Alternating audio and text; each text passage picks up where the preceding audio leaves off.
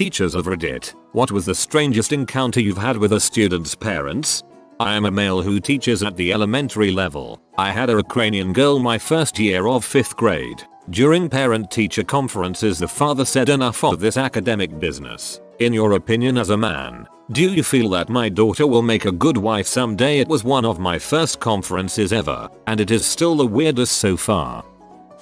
I was assisting as an early literacy teacher for L students from Mexico. There was this one little girl who would throw a tantrum if she didn't get her way and would look me right in the eyes as she would pour her drink on herself during breakfast. She was just seeking attention, but her behavior was so disruptive she wouldn't learn anything. She did other things that were not appropriate for a child of that age. We called her mother in to talk about the child's behavior. The mom walked in the next morning 15 minutes after class started and went on a rant about how we were starving her child because we took away her milk the previous morning. We told her what actually happened and explained that the child's attention-seeking behavior is disrupting her learning. I asked the mother to come back after school because she was now disrupting my lesson with the other students and she refused to leave. I quickly gave the class group assignments and went back to speak to the mother to just get it over with. I elaborated on the child's behavior during class and that she was obviously not getting enough attention at home. The mother started making excuses about how she doesn't have time for her daughter because she's working and has a boyfriend now. This pissed me off. She then called her daughter over and started threatening her by saying if she misbehaves again she's going to send her back to Mexico all alone and no one will love her anymore. That she'll be abandoned in the streets like a dog.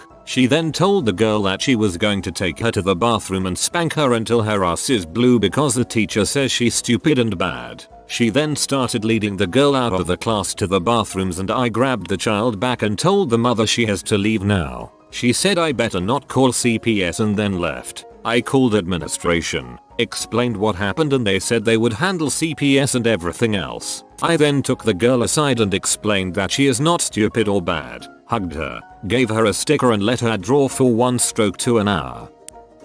It was discovered that a female student was signing my last name on all of her schoolwork. We are not related. Needless to say, it was a big freaking deal. There were multiple meetings with the administration and the police to see if it was an intimate relationship. I had no idea any of this was even happening, as she wasn't even in my class anymore. Finally, they let me know about it. Once it became clear I had no idea what was going on, and that we were not in direct contact. The final meeting on the subject was with the principal, vice principal, guidance counselor, both parents, the student, and me. They asked her the $1 million question. Why are you signing your last name as Ask Red Mods Are Gay? The student went into a very long, emotional account of her parents' divorce, how she lost respect for both of them, and how she no longer wanted their name attached to hers. She chose mine, as I was the only respectable man in her life. All this while I am sitting next to the parents, about 90 minutes after I even learned about this situation. It was a crazy day.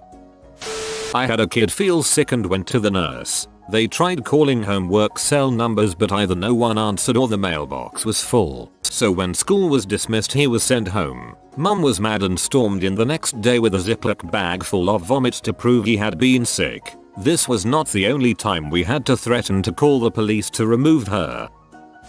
I had a student whose last name, which isn't a common one, seemed oddly familiar. His mom walked in at open house, and I realized she's my gynecologist.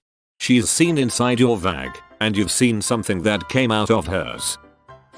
I had a parent tell me I was obviously discriminatory and that it was clear to her that I was prejudiced against biracial people like her child. She absolutely tore me a new one about assigning her daughter detention for her constant tardies and refusal to do class or homework and that I was obviously targeting her due to her heritage. I happily invited her in for a parent-teacher conference. I am Mexican-Italian and the conference was right after I had gotten back from a cruise to the Bahamas. When I spend any time in the sun, I turn a delicious dark brown color and along with my curly hair and very dark brown eyes, many people assume I am biracial. The parent came in, took one long look at me, turned around, walked out and I never heard from her again.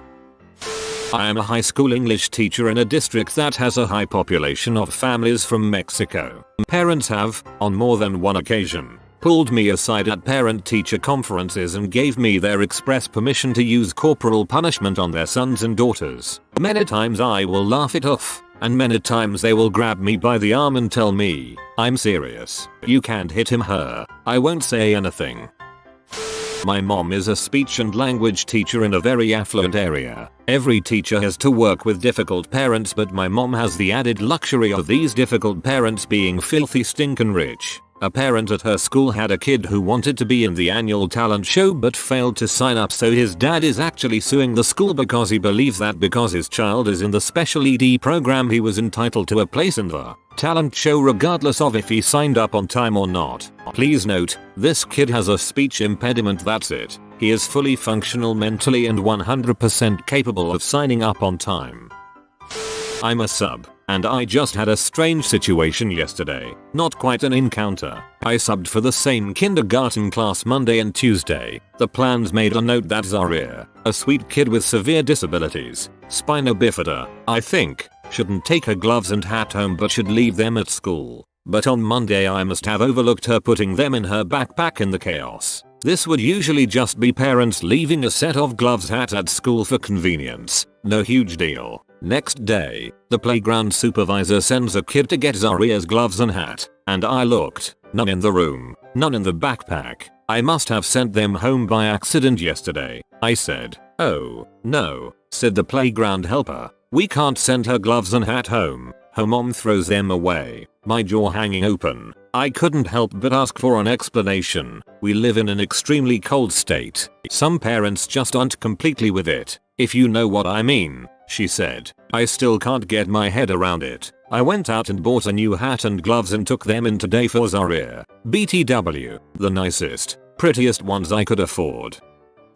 I work with technology in education and ran across this story from a teacher in the school where it happened. A second grade boy is doing cartwheels in the middle of the class during reading. The teacher reached for the student before he cartwheels himself into a desk and potentially injures himself. The ring on the teacher accidentally scratches the child's arm but doesn't break the skin. When the student goes home, the mother notices the scratch and the student tells his mother that the teacher scratched him on purpose because she was angry at him. The mother goes to the school, runs through the front office, and down to the teacher's classroom. The insane mother grabs the teacher by her hair, beats the teacher's head into the desk multiple times. By the time the office staff chase her down, the lady runs out of the back of the school where her friend is waiting and they speed off to wherever. Teacher is left with a bloody and broken nose. She had only been teaching as a second career for a few weeks. Not a teacher, but my mother has been one for 20 years. So at their house growing up, I have heard a lot of stories. At an after-school conference, a student's parents wanted my mother to stop giving homework in the middle of the week. Not because it was difficult or due to the kid playing sports. That's another story. But because on Wednesday nights, that was when their family went to the local Walmart and spent 3-4 hours in the store. Not shopping or getting groceries. They just walked around. A normal family outing for them. I have a teacher friend who was ranted screamed by one of her students' father during an open house with all of her students and their parents around. The dad totally lost it and yelled in her face, called her a communist, and ended up storming off. My friend was a kindergarten teacher. He was berating her after she explained that at her school they teach their students to share art supplies. Goddamn finger paint sharing commie. There was one little girl who kept bringing lice in and her parents never did anything about it. I decided to spend some more time with the family to see if I could help them out. I eventually discovered that both parents had developmental handicaps and were basically incapable of caring for a child. I would come visit and she would have eaten only ketchup for dinner. Not by choice, because it was the only thing in the house. I would take her out to eat so she could get a real meal. Soon I was in way over my head. I was 19 at the time, and got some help from other members of the church, and eventually the police were involved because the mom was abusing both the dad and the daughter. The girl was eventually removed from the home and went to live with her aunt and cousin and was doing better and getting real nutrition. I had a conference once with a divorced couple and their new spouses. They insisted on having one conference instead of two. It was clear that the wounds hadn't yet healed, especially because dad's affair with stepmom was the reason for the divorce. They spent the whole conference arguing about who was screwing up their kids more. So awkward. I caught 2 students viewing pee on the cell phone of one of the students. I wrote them up, and one of the mothers came to her parents' student-teacher meeting. In said meeting, she demanded to view the video in question. I told her I didn't know what it was, and that it was a bad idea in general. She went through the kid's history on his phone browser. What kind of amateur doesn't clear history until the 3 of us had the pleasure of viewing pee together as a team? It was beyond awkward. I had a parent get mad because I gave her kid an F on a paper. Don't you know that can hurt their self-esteem? My response of, well, maybe he should have done the work, didn't defuse the situation. She threatened to go to the school board, the mayor, and the superintendent in that order. Too many parents try to fight either the teacher or a student their own child dislikes. I've had a parent want to fight me. I looked at her like she was crazy and she left. I've had fellow teachers sneak out the back way to avoid parents fighting them. One of my friends had to drive a student home because the parents of another student wanted to fight him. Yup, grown-ass people wanted to fight a 12-year boy. High school English teacher. Here, nothing beats my very first parent-teacher conference meeting ever. Important note, I live in a small island community. Everybody knows someone who knows you. People frequently ask for your parents' names in order to see if they are related to you or if they know you. I am 22 years old, about to have my first PTC, and I was super nervous. Finally a parent comes up to me. So, your Ms. Rachel? Is your dad Ms. Rachel's dad's name? Yes, sir. I remember you running around our apartment complex about this tall. Indicates how tiny I was with his hand, with nothing but a diaper on. I was at a total loss for words.